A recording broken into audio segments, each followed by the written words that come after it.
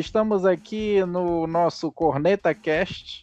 A gente estava tão desanimado com o resultado de Remy e Botafake que a gente já não queria mais nem gravar, mas aí veio a batalha na floresta. Ganhamos lá na Arena da Amazônia, 2-0, garantimos a classificação e agora nós vamos discutir hoje esse quadrangular final aí. Finalmente o Remo, depois de 4 anos, né? 4 anos, gente? 4 anos e pouco consegue entrar nessa classificação final aí. E as nossas perspectivas e esperanças para esse quadrangular aí, que seja tudo diferente. Hoje estamos aqui na presença do Corneta Remista.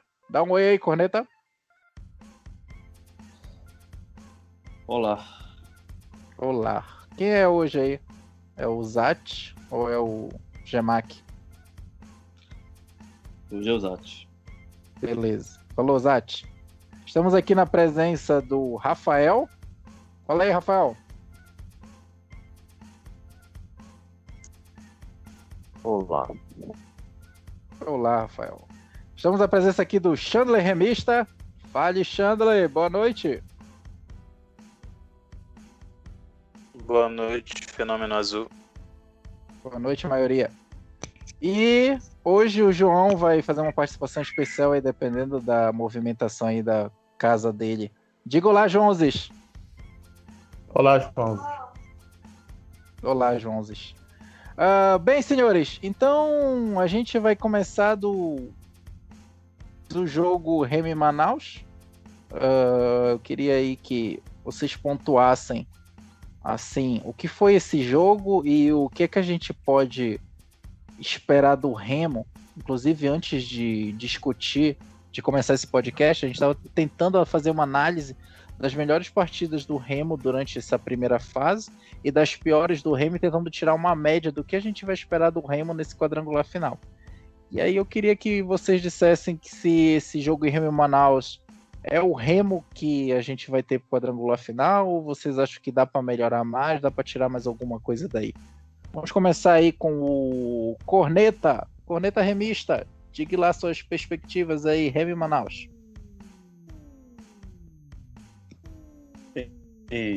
Tá me ouvindo bem? Sim. Tá. Bom, primeiro tempo não tenho o que comentar, né? Porque ninguém viu o primeiro tempo, que caiu o DAZN, né? Caiu o DAZN em todos os canais pirata também. E aí a gente só conseguiu ver já o final do primeiro tempo numa transmissão de um radialista lá de Manaus, né? Que estava gravando o jogo. Mas era uma gravação também que não dava muito para você analisar direito, porque não tinha, por exemplo, os replays, né? Ele não estava gravando ao vivo, fazendo uma live lá no Facebook. E aí não tem muito o que falar do primeiro tempo, mas pelo que eu li nas análises, né, vendo o VT também, não foi alguns melhores momentos da partida, não foi um primeiro tempo bom. O Manaus ficou mais com a bola, mas também não assustou muito a defesa do Remo, né, nem obrigou o Vinícius a fazer grandes defesas, tanto é que o lance de maior perigo foi uma bola que quase o Jansen, como sempre, né, fez gol contra, e ainda teve um pênalti, né, que a bola passou na mão dele, que o juiz acabou quebrando o galho lá. Mas no segundo tempo, o Remo logo aos 5 minutos, de forma até surpreendente, eu diria assim que foi no momento que o Remo os laterais do Remo resolveram agir, né. Nos últimos jogos, tanto o Ricardo Luz quanto o Marlon estavam apresentando um desempenho muito ruim, muito abaixo, né, daquilo que eles podem entregar. E no segundo tempo, né, do nosso segundo tempo contra o Manaus, eles voltaram a ser o Luz e o Marlon de antes. Tanto é que o Luz, ele articulou uma jogada com o Hélio, geralmente o Hélio, que tem sido o nosso atacante menos pior, digamos assim, né, que ele melhorou bastante com a chegada do Bonamigo, tem melhorado bastante. E o Hélio fez até uma boa partida no segundo tempo, né? Deu a assistência para o gol do Salatiel, um gol bonito até de calcanhar. E aí, 5 minutos depois, o Marlon faz uma jogada pela esquerda e o Charles, uma jogada muito boa, né? A primeira jogada realmente boa que ele fez desde que voltou para o Remo, desde que veio para o Remo, né? Ele se livrou ali de 3 marcadores e deu um chutaço, fez e fez um golaço. E aí é importante esses 2 gols do Remo, que eles meio que desnortearam assim, o Manaus. O Manaus não, depois disso não conseguiu mais articular mais nada, não conseguiu, naqueles 5 minutos ali que se seguiram após os 2 gols do Remo, 5, 10 minutos, o Manaus ficou totalmente atordoado. E o Remo poderia ter feito logo 3, 4-0, mas aí, como eu falei durante a transmissão, né, tinha esgotado seu estoque de gols, né? Mais gols aqui só daqui a umas 2 ou 3 partidas, e o ataque realmente continua muito ruim em finalização, né? Tivemos ali 2 chances que o Salatiel perdeu, depois tivemos outra ali com o Gedos, que acabou chutando torto, né? E depois uma outra com, se eu não me engano, com aquele que entrou, eu esqueci o nome dele, que fez a sua estreia, que veio lá do América de Natal. Augusto, né? Isso. E aí o Bonamigo fez aquilo que ele sempre faz, né? Dá um jeito de estragar o time, que é colocar o Hermel, né? E definitivamente o Hermel, não sei porquê, ele continua insistindo em colocar o Hermel de titular. Ele é um jogador, não é implicância, né? Mas é porque todo jogo o cara não faz nada, sabe? O cara não consegue dominar uma bola, não consegue dar um passe certo, não cruza, entendeu? Não consegue dar um drible que seja, né? Não consegue se livrar do marcador. Ele acaba sendo uma espécie de zagueiro para o adversário. Enfim, eu não entendo porque o Bonamigo insiste em escalar esse jogador, sendo que tem outras opções no time. Tem o Heron, por exemplo, né? Tem o próprio Wallace, que poderia ter entrado, e ele insiste com esse Hermel, e todo mundo já sabe que não faz nada, entendeu? O pessoal fala do Eduardo Ramos, mas o Hermel é muito pior, tá num nível assim muito pior, e ele continua entrando. E aí isso deu uma freada no Remo, né? Mas por sorte o Manaus também continuou não assustando, né? Eu acho que o Lucas Siqueira fez uma partida muito boa também, o nosso meio campo. Nossos 2 volantes acho que foram ok. Gedos também fez uma partida razoável, então eu diria que essa também foi uma das melhores partidas que o Remo fez, né? Junto com as outras que eu considero também, foi contra a Jacuipense também, no jogo da volta, né? No Mangueirão. Acho que fizemos um segundo tempo muito bom. Contra o Paysandu também, acho que foi um jogo muito bom. E o outro também contra a Jacuipense também, né? Contra a Jacuipense e o Ferroviário, né? Embora a gente tenha levado ali alguns sustos nesses 2 jogos, mas foram jogos assim que o Remo, dentro daquele esquema lá do Mazola, foi bem objetivo, né? Já com o Bonamigo, acho que os melhores jogos foram esses 3, né? Remo 2, Jacuipense 0, Manaus 0, Remo 2 e Paysandu 2, Remo 3, né? Dentro dessa proposta aí. Enfim, agora é se preparar para esses 6 jogos, né? Acredito aí que 2 vitórias e 3 empates, ou 3 vitórias e um empate garante o acesso. Eu acho que o Remo ainda precisa de mais um meia, né? Eu acho que precisa de mais um meia, mas um meia que não seja assim um meia que venha para agregar, né? Digamos assim. Que nós temos assim muitos meias avançados também, como já falei em outras ocasiões, e acaba que o único que fica ali naquela posição é o Eduardo Ramos, que já não consegue mais armar, né? Ele já fica no... Eu acho que para esse quadrangular final, eu diria que poderia o Remo ir atrás de um meio campo. E é isso, passo a palavra para os colegas agora. Corneta, obrigado aí pelas tuas considerações. Eu vejo o time do Remo, assim, o termômetro do time do Remo são os laterais, né? Quando os laterais funcionam, o time do Remo joga bem. Quando os laterais não funcionam, o Remo desaparece. E aí, eu nunca pensei também que eu ia dizer que o Hélio é fundamental nesse time aí. E como ele tá reforçando, ajudando aí o time. E assim, essa é a formação que a gente tem que seguir. E o G2, graças a Deus, tá se soltando, né, gente? Eu acho também assim que ele vai... Espero que ele melhore aí pro quadrangular final. Só um adendo também. O Rusk também fez uma partida muito boa, né? Um jogador aí que tá pedindo passagem já no Remo, né? Nesse meio campo. Não sei como o Bonamigo pode encaixar ele. Ele entrou no lugar do Charles, né? Mas também ele pode fazer ali uma função de um volante Acho que vai para o ataque e volta também, pode ser. Talvez no esquema com 3 volantes, talvez ele possa funcionar, mas não creio que o Bonamigo vá mudar isso. Mas é um jogador que pode ser útil nessa reta final. Eu achei que ele entrou muito bem contra o Manaus. Vamos falar agora aqui. E aí, Rafael, quais são suas considerações sobre Remo e Manaus? Fale aí pra gente.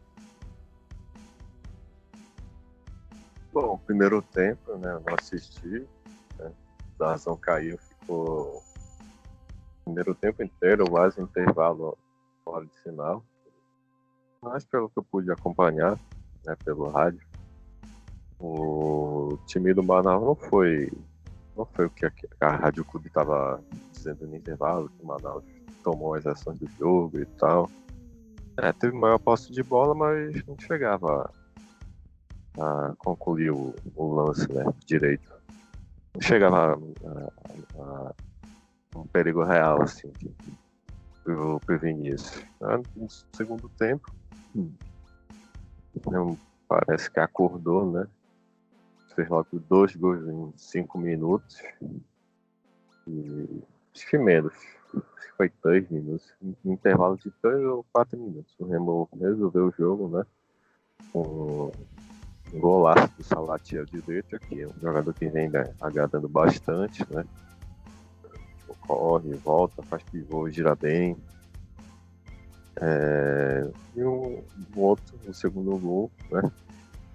Do Charles, um golaço, por sinal. Não esperava que ele fosse fazer aquilo, porque geralmente ele pega a bola, quer sair do do outro e perde a bola, né? Não. Às vezes ele fez o simples e conseguiu fazer o gol. O Remo poderia ter feito até mais, 3, 4. O time do Manaus estava muito disposto. Eles precisavam do resultado, precisavam virar o jogo. Isso o Remo aproveitava. Eu não saía aproveitando o espaço deixado pelo Manaus. Poderia ter facilmente encaixado uma goleada em cima do Manaus, mas, né, ainda bem que isso não fez falta depois. Os destaques aqui, né, vão para os G2, né, que fez uma partida ok, né. Espero que agora ele venha a crescer esse quadrangular decisivo. O Mimica, que voltou a jogar bem, né? Deixou o Hamilton no bolso. Minha dupla de zaga titular, inclusive, para esse quadrangular seria Mimica e Fredson, né? O Fredson não vai jogar o repá, porque eu vou terceiro cartão amarelo, né? No banco ainda, né? Espero que ele não faça maluquice nessa fase decisiva, né? E também, como quando falou, o Júlio Rocha, né? Ele teve um bom início, né, no Remo, e foi pro banco e parece que agora tá voltando a jogar um bom futebol. No mais, uma vitória tranquila que o Remo construiu no segundo tempo, né? Tanto que, né, ao todo foram duas finalizações do Manaus, né, contra 10 do Remo, né? Então, o Remo conseguiu essa classificação antecipada de forma curiosamente tranquila, né? E agora tem um repá aí na próxima rodada, a gente vai ver como é que o time vai se comportar. Beleza, Rafael. Obrigado aí pelas suas considerações. Agora vamos ver nossas considerações aí de Chandler. E aí, Chandler, qual foi aí a análise que dá para fazer de Remo e Manaus? Dá para levar isso para o quadrangular final? E aí, o que você vê disso do jogo? Eu acho que o Remo ele mostrou que não está morto na competição, né? No sentido técnico. A gente vinha de jogos sofríveis. O próprio jogo contra o Botafogo da Paraíba foi um jogo totalmente esquecível, onde nada funcionou. Para não dizer nada funcionou, a defesa do Remo não levou o gol, né? A gente saiu com 0-0 ainda. Mas setor de criação, laterais, muito, muito pouco. Remo perdido, sem articulação. É aquele jogo que a gente percebe que não vai sair nada, né? E não saiu. Um time que não tinha mais pretensões a não ser a busca pela permanência, né, que é o Botafogo, conseguiu segurar as ações do Remo e um jogo sofrível. E a gente veio com um prognóstico totalmente melancólico, né, e negativo para o jogo contra o Manaus. Não apenas pelo rendimento do Remo, mas também porque o Manaus estava há 2 anos e 5 meses sem perder dentro da Arena da Amazônia. Em Manaus, no caso. Um time que se montou muito forte, um time que vem se erguendo pouco a pouco e profissionalizando, né, com seus devidos investimentos que ninguém sabe muito bem de onde vem, mas é um time que vem crescendo nos últimos anos. Eu diria, principalmente de 2018 para cá. E o Remo jogou bem. O Remo funcionou no que costuma funcionar, que são os laterais. Funcionou na criação, funcionou na transição. Eu também não tenho como falar que eu vi o primeiro tempo, quase ninguém viu. Tem uma jornalista lá de Manaus, que é a Larissa Balieiro, que eu sigo ela no Twitter, e ela postou algumas coisas, né, no primeiro tempo, falando sobre o Manaus que é, mas aparentemente nenhum lance com muita emoção. Teve as lesões tanto do lado deles, Tsunami, como do nosso lado do Charles, né, do volante, que o Corneta já falou, que de certa forma mudaram o jogo, né, principalmente porque a gente percebeu que o Júlio Ruski, ele cresceu, né, ele faz aquele papel do chamado clássico 8, né, a galera das antigas fala, do Gerson da Copa de 70, do Zinho da Copa de 94, o próprio Kaká fez muito na seleção do Parreira, que é o cara que fica entre os volantes e o meia, o cara que faz a transição ali e ocupa o espaço das intermediárias, que cadencia o jogo verticalmente ou horizontalmente. E o Rusk fez muito bem essa função, participou de armação de alguns contra-ataques, o Remo teve chance de matar o jogo muito rápido no segundo tempo, né? Teve, eu acho que uns 3 contra-ataques em seguida, um que o Charles poderia ter batido direto e matado logo com 3-0. O Salatiel disputou um zagueiro mano a mano, praticamente sozinho. Enfim, o Manaus deu liberdade para o Remo. O Remo nocauteou o Manaus, né? Fez 2-0 muito rápido. O Manaus se entregou, baixou a guarda. O Remo poderia ter matado o jogo, mas enfim, é Remo, né? Mas acho que ele fez o suficiente. Eu acho que a gente pode esperar que, se o Bonamigo souber trabalhar o time e se reinventar, a gente pode sim esperar coisas boas ainda, né? E mudar um pouco, né? Acho que não no sentido de criar um novo sistema de jogo, mas alternativas, porque os times, principalmente o Paysandu, que teve muito problema na lateral esquerda e na direita do Remo, acho que eles estão pegando já que o Remo joga desse jeito, eles não vão deixar isso passar batido. Eles vão começar a preparar forma de neutralizar isso, e o Bonamigo tem que estar preparado. É isso. Obrigado aí, Xandre, pelas tuas considerações. João, vai dar para você falar hoje aí ou só participação especial? Acho que agora dá. Beleza, excelente, meu amigo. Fale aí suas considerações aí para a gente. Bom, eu endosso tudo que vocês já falaram. Foi mais um jogo que o Vinícius não sujou a camisa, mas perdeu o celular, coitado. E realmente a nossa principal armação ofensiva parte do Ricardo e do Marlon, né? Gostei muito da entrada do Júlio, também no lugar do Charles. Nessa substituição eu torci o nariz, eu achei que não daria certo, porque o Júlio, ao meu ver, é um cara que joga um pouco mais avançado. Eu prefiro o Lucas nessa função do que o Júlio. Mas eu gostei do G2, ele fez uma partida boa. Gostei também do Charles, do Hélio, tanto na parte ofensiva quanto na parte de recomposição. E o Salatiel também chegou 2 bolas, ele guardou 1. Ele fez a função dele.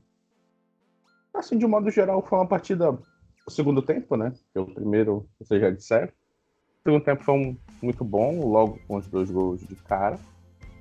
E depois o Remo soube administrar bem. A minha única preocupação ainda na equipe é saber como que a gente vai se comportar já no quadrangular, né? Que Manaus era o adversário que queria a vitória, a gente soube administrar. E resta saber o que a gente vai esperar do Remo. Se é o Remo que jogou contra o Botafogo ou se é o Remo que jogou contra o Manaus. Essa é a incógnita, esse é o ponto de interrogação. É isso que a gente precisa entender. O que a gente pode esperar do Remo para esses próximos 6 jogos, né? Então, esse é o levantamento que eu faço. Em relação a partida, é basicamente isso que vocês disseram, né? E eu gostaria aqui de ressaltar que o Bonamigo quebra a nossa perna quando ele coloca o Hermel e não o Wallace para jogar no segundo tempo.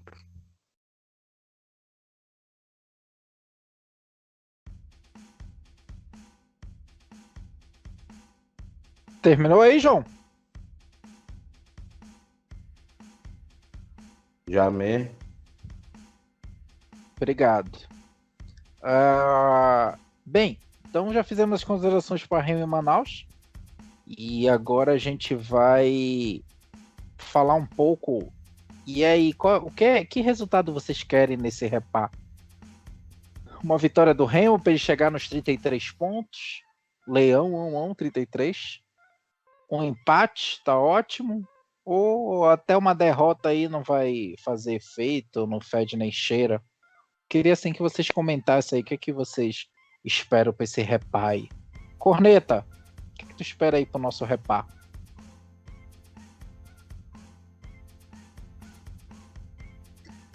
Bom, dependendo da configuração dos grupos, né? No momento, se o campeonato da rodada terminasse hoje, o grupo do Remo seria Londrina, Brusque, Vila Nova e Vila Nova, né? Londrina, Brusque e Vila Nova. Então, que o Vila Nova no momento ele está em quarto colocado, né? O Paysandu está em terceiro. Bom, eu particularmente eu não acho muito recomendável enfrentar o Paysandu no quadrangular, porque é um jogo que são jogos assim que são incógnitas, né? Um jogo que geralmente, como eu já falei em podcast anterior, rola muito empate, e também o nosso desempenho contra o Paysandu nos últimos 2 anos não foi dos melhores, né? Durante 11 jogos nós ficamos 10 sem ganhar deles, né? Foram aí, eu acho que, se eu não me engano, me corrijam se eu estiver errado, foram uma vitória do Remo nos últimos 11 jogos, né? 5 derrotas, se não me engano, e 6 empates. Então, assim, se for para um quadrangular, ficar ali, empatar 2 vezes com o Paysandu, também não acho que seja uma coisa muito segura, né? E sem falar que perder também, né? Mas, assim, eu acho que dificilmente Remo e Paysandu não vão se enfrentar no quadrangular. O Remo os dois só ficam em grupos separados se acontecer o seguinte: se rolar um empate no repá e o Vila Nova não ganhar o seu jogo contra a Jacuipense na última rodada.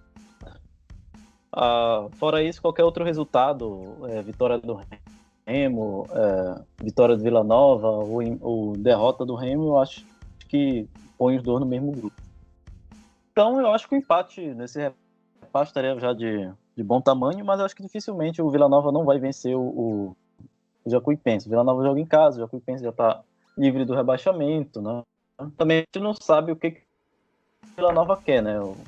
Talvez se o Vila Nova vai querer ganhar, ou se vai querer empatar, vai querer poupar jogador, enfim, é um jogo, uma rodada assim que a gente não sabe o que vai acontecer. Mas o mais provável mesmo, né? Remo e Paysandu jogando sem a pretensão de nada, né? Sem estar brigando por rebaixamento, por classificação, eu acho que o empate é o resultado mais provável desse jogo aí. Eu não creio, por exemplo, que os dois vão sair muito assim para o ataque, para buscar vitória. Eu acho que o empate é o resultado mais provável nesse jogo. Excelente. Eu já sou da seguinte perspectiva, acho que o João, a gente estava comentando lá no grupo, né? Seria interessante empate, todo mundo empatando aí, Vila Nova empatando, Remo Paysandu empatando, e fica desse jeito e fica do jeito que tá agora. Então é o resultado que eu prefiro, assim, eu prefiro também que, assim, desse jeito que tá agora, Santa Cruz e Paysandu vão para outro grupo, não é isso, gente? E fica Santa Cruz e Paysandu no grupo, e o Remo e Vila Nova vão para o outro grupo lá. Fica mais interessante na minha concepção. Bem, o Chandler aqui caiu. Não sei se ele vai voltar. Rafael, quais são as tuas considerações aí por Repá? O que é que tu te espera aí pro quadrangular final? É bom pro Repá, né? Vai sendo daqueles jogos que eu acho que pode dar sono, né?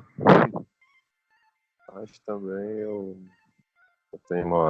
penso assim que o Remo possa querer vencer também, porque por causa de tudo que aconteceu antes, né? De mais que 10, 12 jogos sem ganhar o Paysandu, né? Veio ganhar agora no último Repá. E eu acho que eles vão querer manter a pegada, né? Vencer de novo o Paysandu. Eu não quero enfrentar Santa Cruz e Paysandu no próximo grupo, apesar de achar que vai ser inevitável o Paysandu ficar em outro grupo e o Remo em outro, né? Acho que os dois vão para a mesma chave. E no grupo B eu vejo que Brusque e Londrina são times que dá para vencer, né? Somente o Brusque, que agora na reta final da Série C entra em parafuso, né? Cruz interna lá, sábado agora tomaram de 8-1 do Volta Redonda, né? Não só a maior goleada da Série C desse ano, mas a maior goleada de visitante na Série C em toda a história da Série C, né? Ver como é que tá a situação do Brusque, né? E aliás o Brusque corre o risco até de não se classificar, né? Mas enfim, é basicamente isso que o Corneta falou. Eu espero que o Remo caia no mesmo grupo do Vila, o Londrina e, se possível, o Brusque também, né? Acho que esse grupo seria bem acessível assim, para o Remo consolidar um acesso, né? Quem sabe ser finalista da Série C, por que não?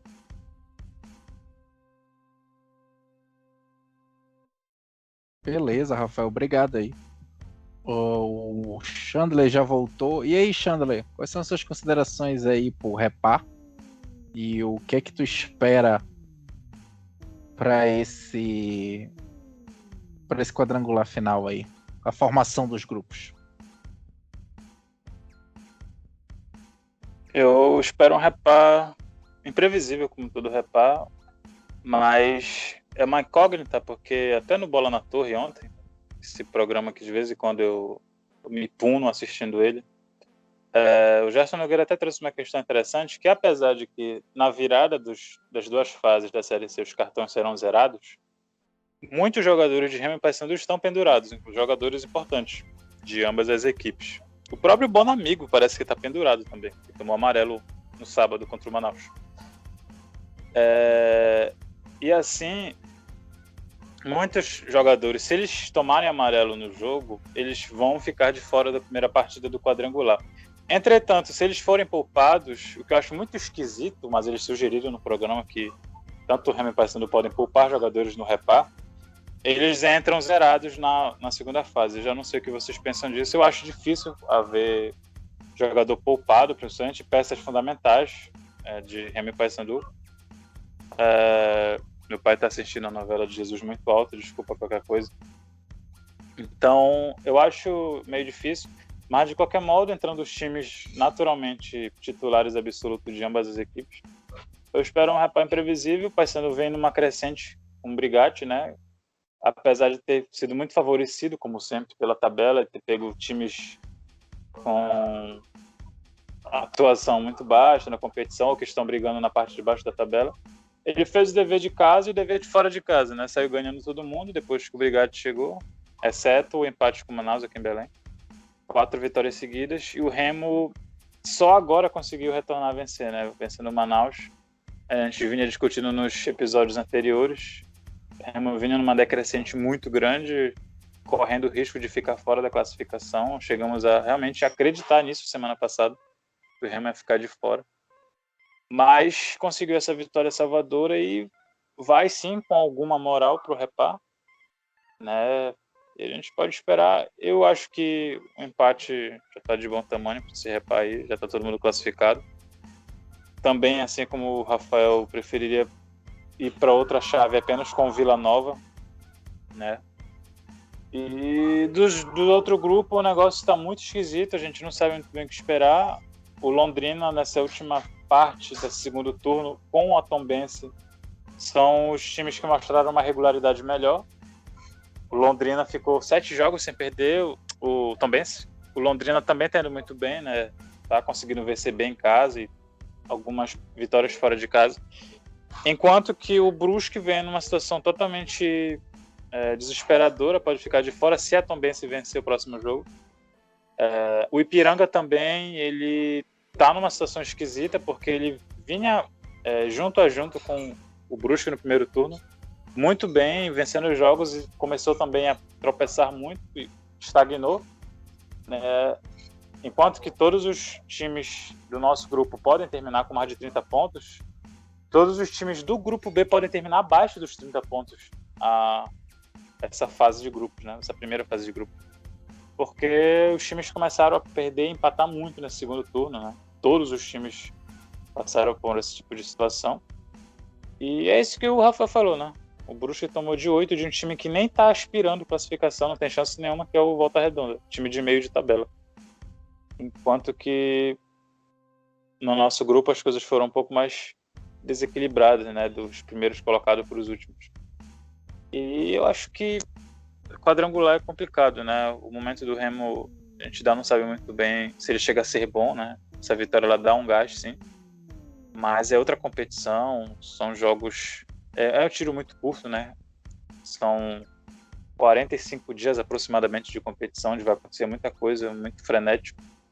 E a gente tem que particularmente buscar o famoso dever de casa mesmo, né? São 6 partidas. O Remo vencendo 3 em casa, ele está a um empate fora de se classificar, né? Com os 10 pontos. Então, apesar de, em ano de pandemia, com público zero, a gente saber que fora ou dentro as coisas não fazem tanta diferença. Mas desgaste de viagem conta muito. Então, o Remo ganhando bem dentro de casa em suas partidas. E, independente de qual grupo for, né? Se não tiver repá, né? Que repá dentro de casa e fora de casa dá no mesmo, a gente pode ter alguma aspiração sem a classificação. Eu acho que depende também do outro grupo, por que não, né? Do nível técnico dos times do outro grupo. Que eu acho que, de certa forma, não vem também numa situação muito boa.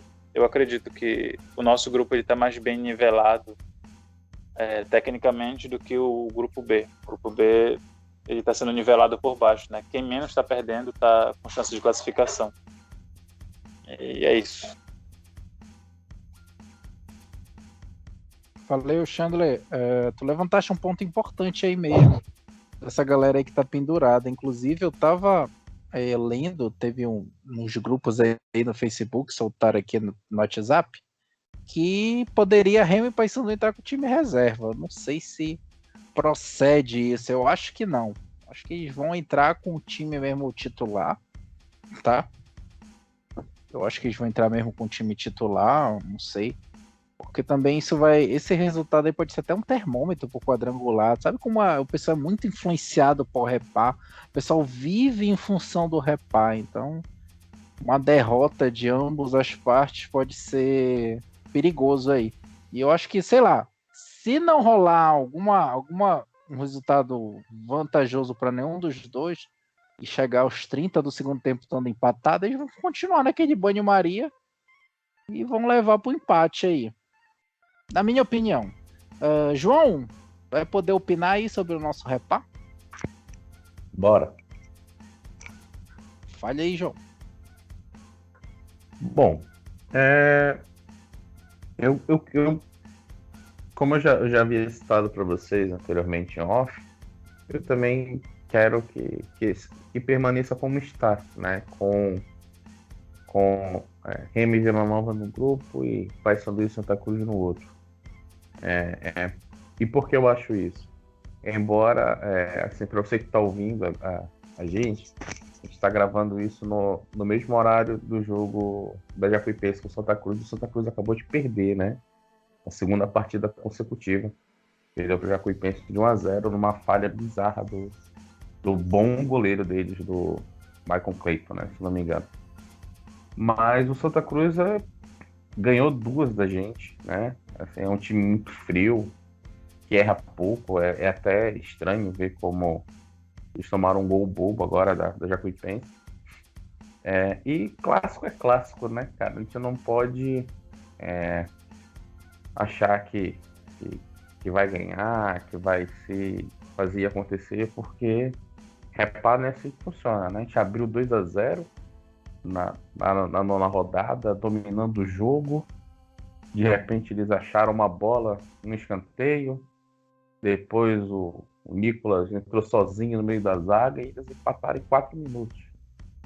Né? Então não dá para menosprezar, né, a relevância de um clássico, até porque acredito eu que se passar Remo e Paysandu por uma chave do quadrangular, deve subir um dos dois, e do jeito que o Remo é azarado, é capaz de não ser a gente. Mas é isso, eu também não acredito que vai ser 2 times reservas. Seria interessante poupar essa galera aí que tá pendurada com 2 cartões, né, para entrar zerada no quadrangular. E o empate já é de bom tamanho, assim. A gente terminando em segundo e eles em terceiro, tá ótimo, né? Eu tô mais preocupado com o jogo do Vila, em Goiânia, porque o Vila não pode vencer a Jacuipense, né? Espero até que a Jacuipense ganhe o Vila lá em Goiânia, para eles permanecerem com 28 pontos. E aí a gente segura o empate com o Paysandu, passa em segundo, eles em terceiro, e aí fica Santa Cruz e Paysandu, e a gente e o Vila em um dos grupos. Lá no grupo B, para mim, é uma incógnita, né? Foi muito nivelado por baixo, né? O Brusque, que veio numa arrancada, de repente pega de 8. Eu não sei mais o que esperar, assim. Então, e particularmente, posso até estar sendo um tanto quanto soberbo e queimar pela língua, mas eu acredito que os 4 times do grupo A saem numa vantagem, assim, para a disputa do acesso. Eu acho que são times mais estruturados, mais coesos, mais organizados, e não me espantaria se Santa Cruz, Remo, Paysandu e Vila Nova subissem.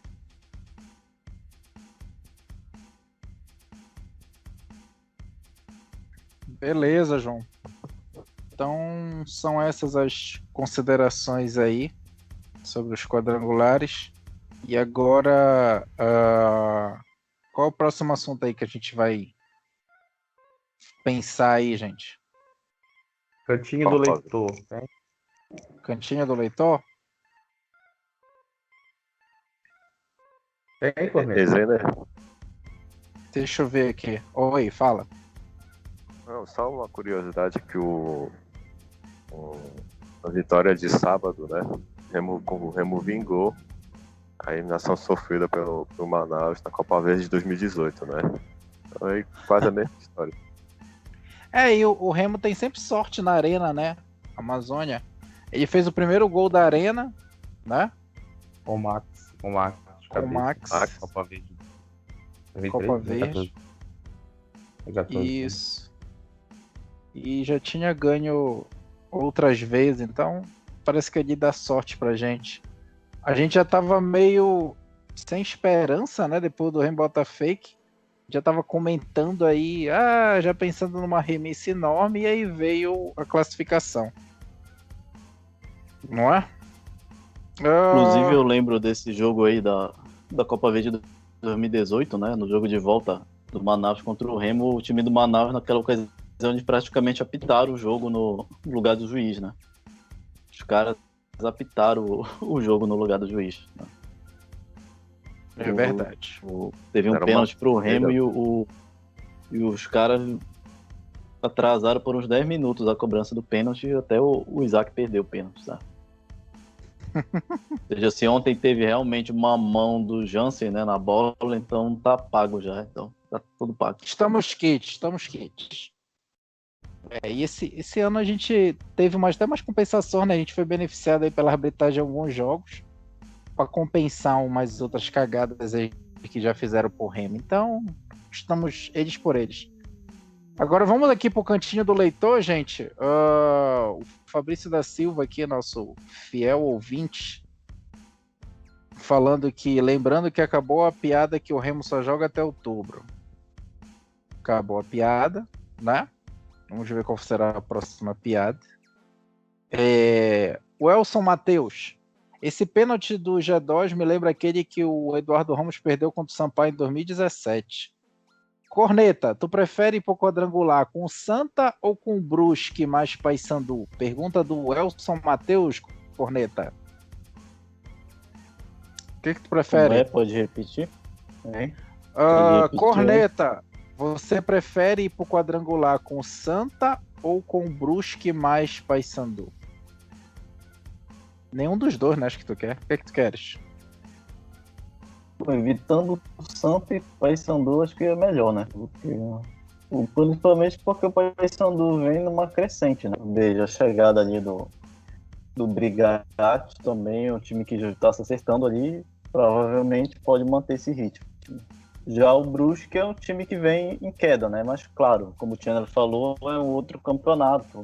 As coisas podem mudar da água para o vinho de repente, até porque seria ser uma loucura, né? Você não tem... Os times geralmente mudam ali de uma hora para outra. Um time tá bem, aí depois perde, né?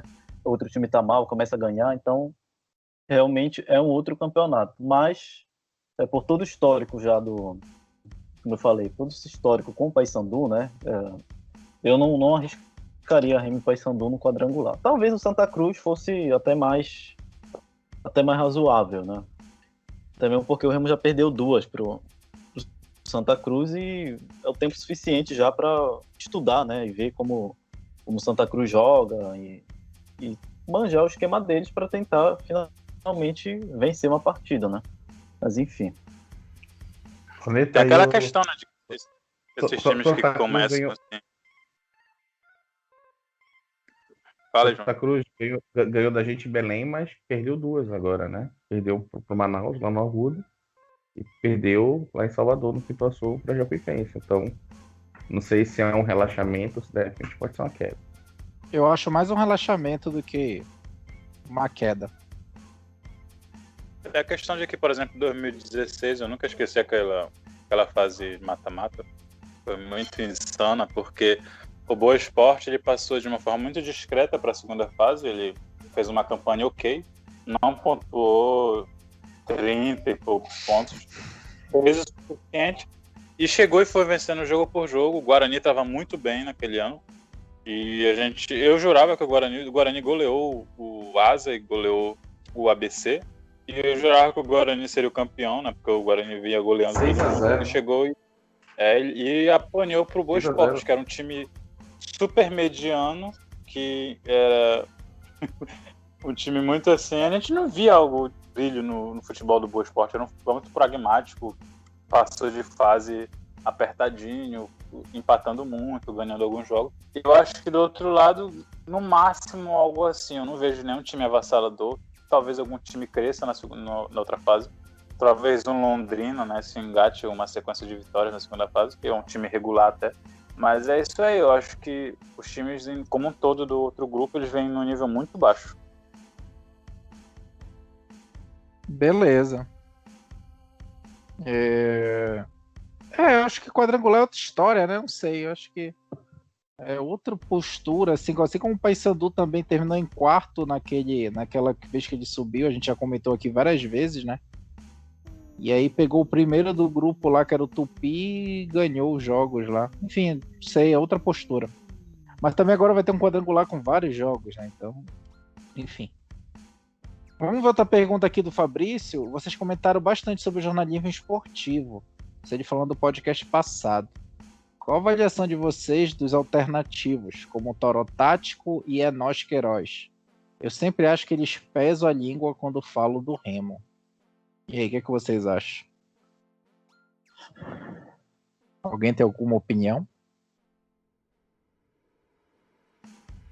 A galera do Enos vive fazendo live com o Yuri, né? Que ele falou que passando no Remo. Toda Sério? Nunca teve uma live com o Yuri. Semana tem, pô. Live com Yuri Naves. Ele foi contratado por que agora o Yuri, hein? Eu vi ele contratado por um time que foi sair pelo Vila Nova, foi? Foi. Saiu do Caxias. Eita, Pelo Vila Nova. Ele já até jogou. Já estreou. Ele jogou. Eita, cara. A pensou o Vila Nova vai.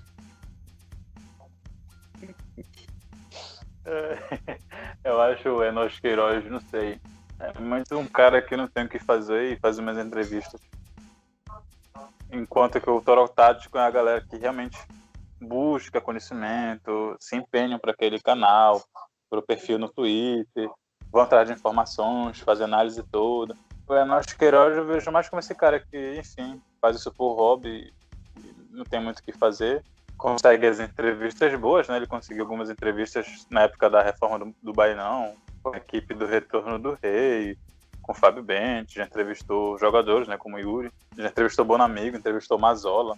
Enfim, eu não sei como, mas ele consegue esses contatos aí, apesar de eu achar o trabalho dele muito relaxado, se comparado ao do Toro Tático.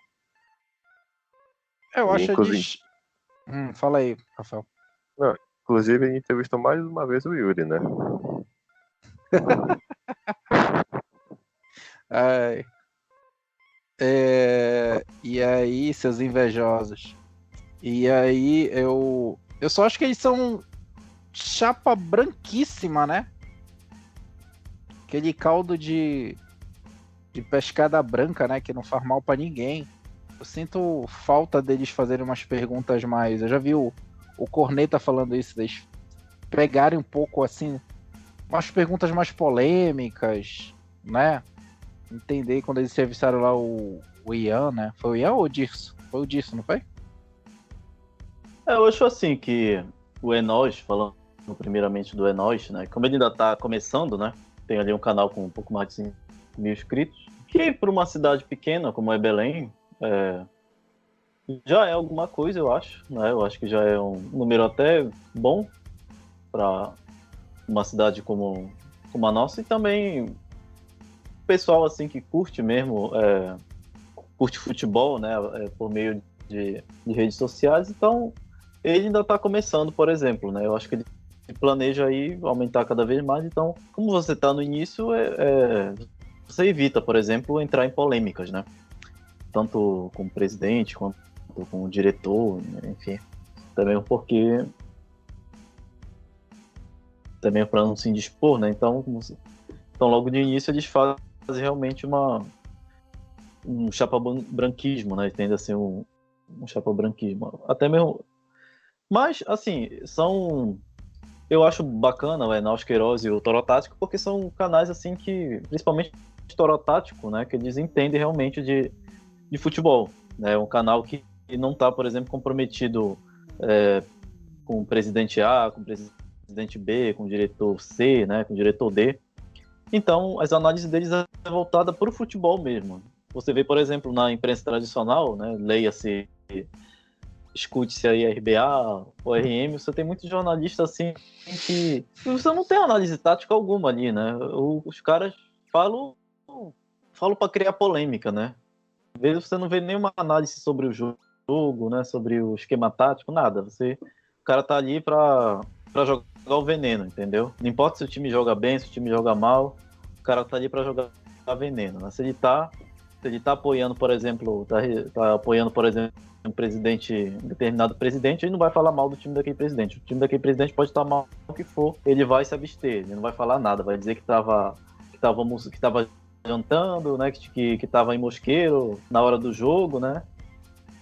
Agora o time que ele não gosta, né, que ele, por exemplo, não recebe a ponta ali quando ele não recebe a ponta ali de um determinado presidente, ele vai criticar aquele time o tempo todo. Não importa se o time tá bem, ele vai achar um defeito ali, né?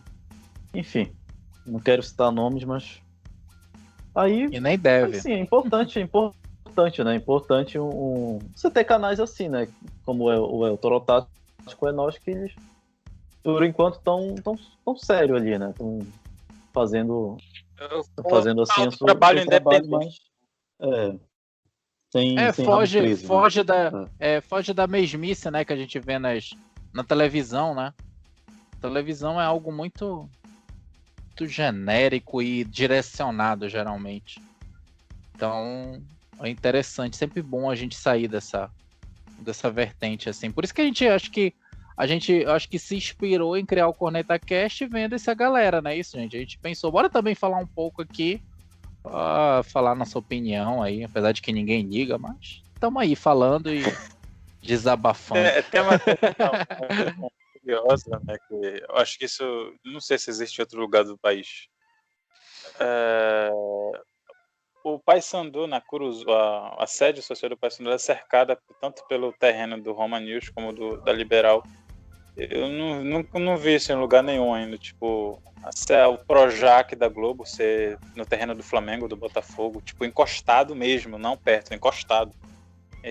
Assim como, sei lá, sede da Band, da Record, ser na Barra Funda, lá em São Paulo, ou na região lá do Parque São Jorge, do Corinthians, porque eu já li um pouco sobre isso em matéria de jornais.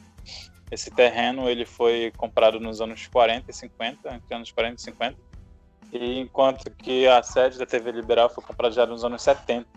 Ou seja, não foi o Paysandu que escolheu estar ali, foi a TV Liberal que escolheu estar ali.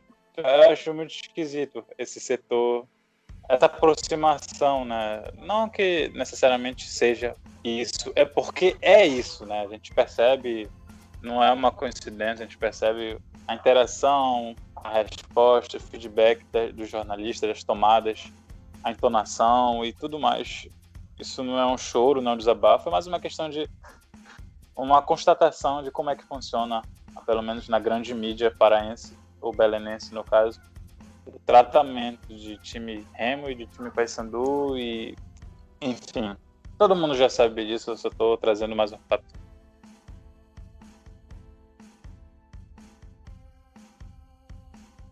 É verdade.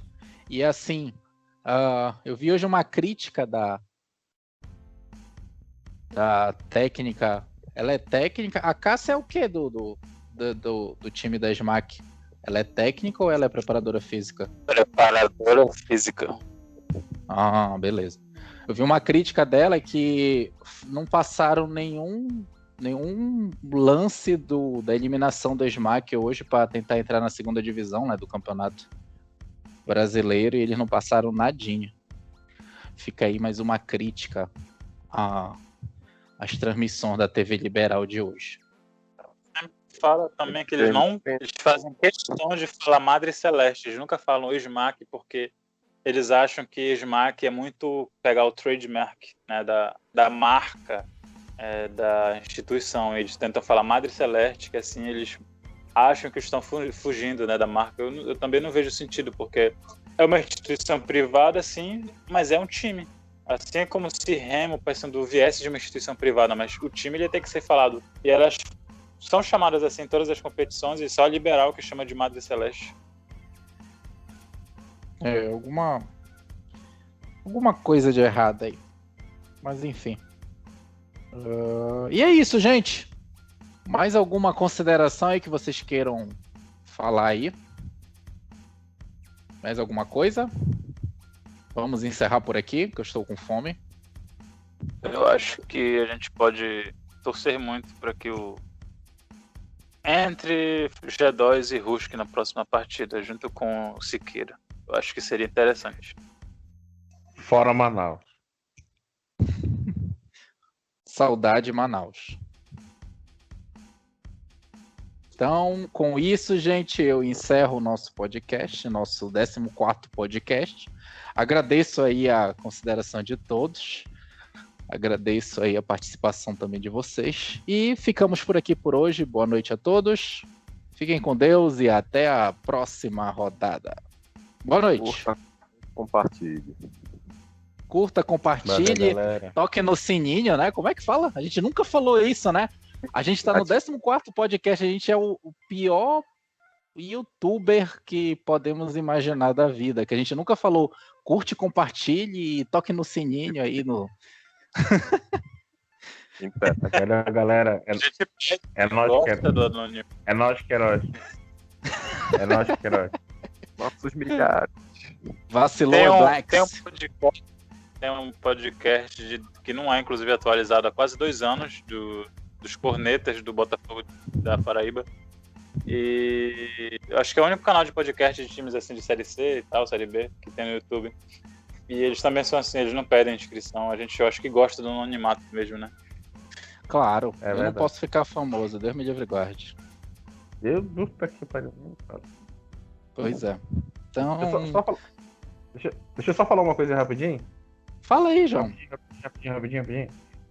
É nós que heróis, História Tático. Parabéns pelo trabalho de vocês. Continue assim. Futebol zoeiro, por favor, pare. É nóis. Vacilou Blacks, João. Criados com vó. Seus leites de pera criados com vó.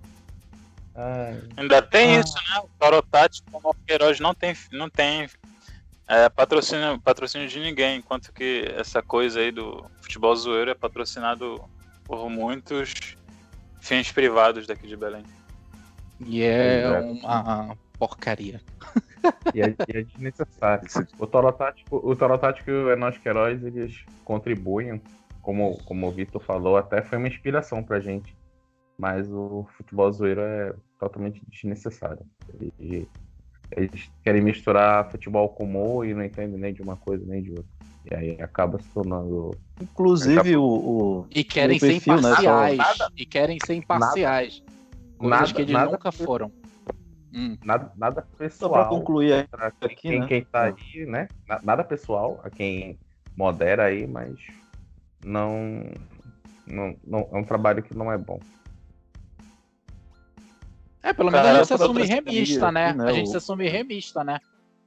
Bicho, toda semana, mesmas piadas de Chaves ou, sei lá, Shark e Açaí. Toda semana alguma coisa relacionada a Chaves ou Shark e Açaí. Desenho Porque eles têm que impedido, mostrar. né?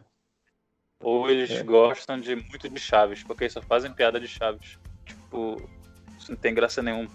Na verdade, eles não fazem piada, né, Chandra? Eles copiam os outros, né? Eles dão um search lá na galera, vê o que a galera tá comentando, e aí eles Ctrl-C, Ctrl-V e fazem igualzinho. No meu antigo perfil, que Deus o tenha, eles já tinham me plagiado pra caramba. Aquele Aura Remo, ele postou uma foto aleatória, né? Do Carlos Alberto sorrindo, que o próprio perfil do Remo postou mais cedo. E, tipo, o futebol zoeiro que boa essa foto, sendo que, tipo, não tem muito o que fazer, não foi uma ideia brilhante. Mas ainda assim, eles quibaram o Out of Contest Remo e fizeram a publicação. O Out of Contest se manifestou lá no Twitter. Porque eles já me quibaram também, já quibaram todo mundo. Já quebraram todo mundo aqui. Não tem como fugir disso, não. Então vai aí. Futebol zoeiro, pare de quebrar os outros. Por favor, pelo menos isso. Acho que eles não vão conseguir, né? Senão acaba o conteúdo Inclusive, dele. assim, né? Eu acho que tem muita gente que pensa, né? Que a intenção do meu perfil, por exemplo, é fazer humor, quando na verdade não é, entendeu? Na verdade, meu perfil ele nunca foi sobre humor, né? É um perfil que é para irritar os outros. Então, muita gente segue, né? Eu observei isso, muita gente segue pensando que é uma página de humor, né? De zoeira. Aí os caras começam a dar um follow, né? Porque eles veem que não é bem assim, né? O nosso próprio podcast também não é assim com intenção de humor, né? Então, eu acho que muita gente pensa, por exemplo, que inicialmente que é humor, eles acabam se surpreendendo, né? Porque na verdade não é uma coisa para rir, na verdade eu faço perfil mesmo para irritar, né? O que eu falo é seríssimo, assim, né? Não é de humor. Qualquer dia a gente vai fazer um podcast só com piadas. Quer rir, segue o Corneta Paysandu, né? Corneta que não gosta. Corneta que não corneta. O corneta que não corneta. Não corneta. É o primeiro. É. Aí ele é involuntário. Que nem o Cláudio Guimarães, né? Muita saudade do Cláudio Guimarães. Saudade. Saudade Aquele do era meu Wiking. Aquele era o melhor perfil Peixe, bicho, pirata. de humor involuntário que eu já vi em todo o Twitter. Carga pesada demais. Carga pesada. Bom, KKKKK. Depois de mais um insucesso. Depois de mais um sucesso, já está embriagando. A gente, de qualquer dia, tem que colocar esses perfis que são épicos no nosso podcast. Criar um podcast final de ano, né? Acho que depois que terminar a Série C, né? A gente pensou que ia terminar cedo pro Remo, mas ainda vamos sofrer mais ainda. Eu ainda nem acredito nisso. Pois é, olha, a gente pensou, a gente já tava assim, pô, férias agora, beleza, tal, e aí o Remo vai e classifica. Que complicado. Vai ser igual o Smith chegando lá na Casa Branca. É. Minutos. O que é isso? O Feliz 2021 vai ser um Feliz 2021 sabendo que o Hermel ainda vai ter contrato vigente com o Remo. Ah, não. Ego, não me lembra disso, Chandra. Porra. Puta que pariu, Chandra. Obrigado, Chandra. Meu jantar ainda não chegou ainda e tu me lembrou isso aqui. Obrigado.